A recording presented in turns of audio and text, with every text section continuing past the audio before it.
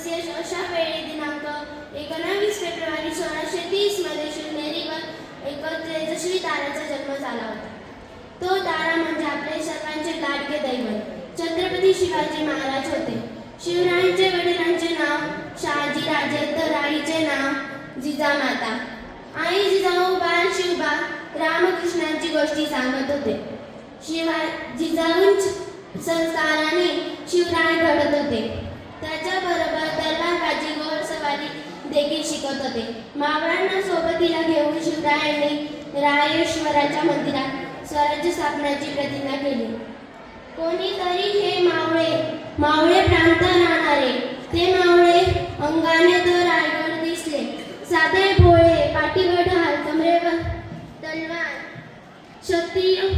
शत्रू बेजार करणारे, जीवाला जीव देणारे असे होते मावळे.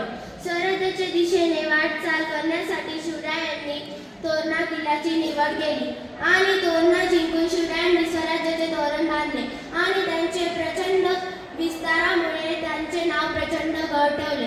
त्यांनी तर स्वराज्याची घोडदौड वेगाने सुरू झाली. कोंढाणा, पुरंदर, राजगड असे किल्ले जिंकून पुणे प्रांतावर पुढे नियंत्रण मिळवून स्वतःची राजमुद्रा तयार केली. त्यानंतर रायगड किल्ला जिंकून बोरप्या डोंगरावर